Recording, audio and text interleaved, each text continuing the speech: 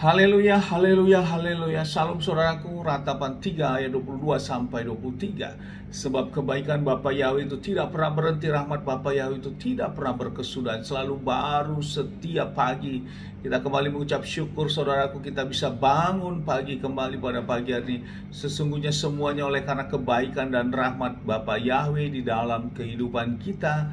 Dimanapun kita berada saudaraku. Renungan KPI Mayim Kaim pada hari Kamis tanggal 22 Juli 2021 atau pada tanggal 13 Af 5781 diambil dari kitab Ulangan 2 ayat 30 yang berkata demikian saudaraku.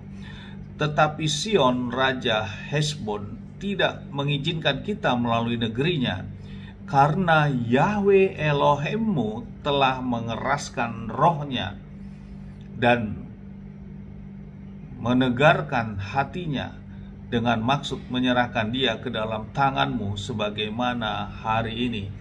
Saudaraku, perikop yang baru saja kita dengarkan dalam bacaan firman ini tentang kemenangan atas Sion.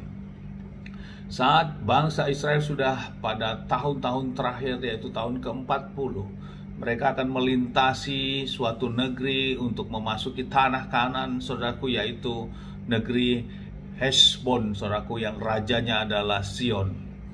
Sebelum mereka melintasi, Musa mengutus utusannya untuk menghadap agar mohon izin demikian saudaraku, agar mereka diizinkan melintasi negerinya.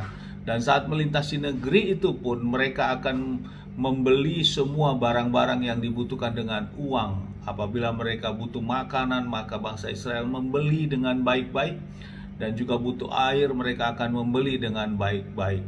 Namun setelah utusan itu kembali, Raja Sion ini justru tidak mengizinkan saudaraku.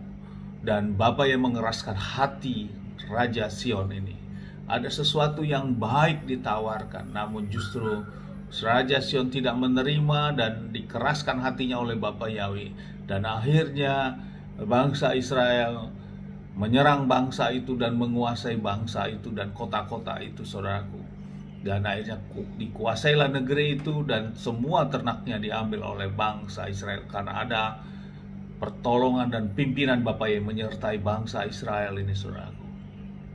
Lewat renungan bacaan firman ini menjadi renungan bagi kita saudaraku. Janganlah kita menjadi orang-orang yang seperti halnya Raja Hesbon ini atau Sion ini saudaraku, di mana Bapa Yahweh mengeraskan hati kita. Hal ini tentu sangat mengerikan saudaraku, karena tentu di ujungnya kita akan menghadapi hal kematian saudaraku. Kita tidak berkenan di hadapan Bapa Yahweh. Sesuatu hal yang baik sudah ditawarkan, sudah diberikan suatu hal yang baik, namun hal itu ditutup terus, kita tidak mau membuka hati kita. Akhirnya Bapa Yahweh mengeraskan hati orang tersebut saudaraku, sampai akhirnya mereka mati dan tidak berkenan, dan kerajaan ini dikuasai oleh bangsa Israel. Hal ini sama juga terjadi pada saat bangsa Israel akan keluar dari Mesir, di mana Firaun juga dikeraskan hatinya oleh Bapa Yahweh saudaraku. Sesungguhnya dengan tulah yang diberikan, tanda-tanda yang diberikan oleh Bapa Yahweh kepada Firaun sebagai manusia, sesungguhnya kalau kita lihat dengan kondisi sekarang ini, tentu manusia akan gentar saudaraku dengan 10 tulah ini. Namun karena Bapa yang mengeraskan hati Firaun, maka hal itu terjadi saudaraku, dan akhirnya Firaun juga mati saudaraku. Hal ini tertulis di dalam kitab Keluaran 4 ayat 21 yang berkata demikian. Dan Yahweh berfirman kepada Musa, pada waktu engkau kembali ke Mesir, ingatlah semua mukjizat yang telah aku taruh dalam tanganmu, dan lakukanlah itu di hadapan Firaun, dan aku akan mengeraskan hatinya, dan dia tidak akan membiarkan umat itu pergi. Saudara, kalau sudah tangan Bapa Yahweh mengeraskan hati manusia, maka ini tentu sangat mengerikan saudaraku. Walaupun sebelumnya diberi kesempatan Musa juga mohon kepada Firaun dengan baik-baik agar mengizinkan bangsanya keluar dari Mesir untuk melakukan penyembahan kepada Bapa Yahweh. Namun tidak diizinkan, saudaraku. Inilah yang menjadi renungan kita. Jangan kita sempat Bapa Yahweh yang mengeraskan hati kita. Kalau sudah itu terjadi, saudaraku, maka tidak ada lagi yang membukanya. Maka hati itu akan terkeraskan sampai kematian. Sama seperti halnya Firaun.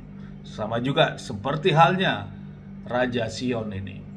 Namun kalau kita lihat dengan Yudas berbeda, saudaraku. 12 murid Yeshua HaMashiach.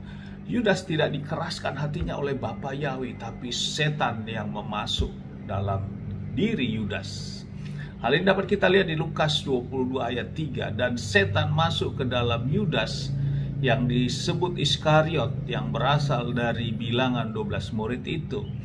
Sosok Yudas ada setan yang masuk, saudaraku.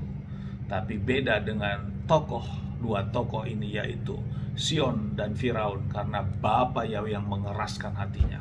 Oleh karena apa? Ada kesempatan yang ditawarkan, namun mereka tidak membuka hati, saudaraku. Hal ini tentu menjadi renungan bagi kita, agar kita tidak menjadi bagian dari contoh yang tertulis di dalam kitab suci ini, yang hatinya dikeraskan. Amin, haleluya. Sukses besar buat kita maju terus dalam iman. Kita buka hati mata rohani kita untuk kita kembali kepada firman, untuk kita mau dengar firman dan mau taat melakukan firman di dalam kondisi yang ada saat ini, saudaraku. Sukses besar buat kita semua. Dari tempat ini saya berdoa, Bapa Yahweh, di dalam nama Bapa yang dalam Adonai Yeshua HaMashiach, Bapa yang memberkati dan melindungi kita semua dimanapun kita berada. Bapa yang menyinari kita dengan wajahnya, memberikan kita kasih karunia. Bapa yang menghadapkan wajahnya kepada kita, memberikan kita damai sejahtera. Apapun yang kita kerjakan, yang kita lakukan sepanjang hari, semuanya menjadi berhasil. Dan kita orang-orang yang percaya kepada Bapa Yahweh dan mau melakukan perintah dan ketetapannya, janji firman Bapa Yahweh, kita diberkati. Amin, haleluya. Shalom, saudaraku.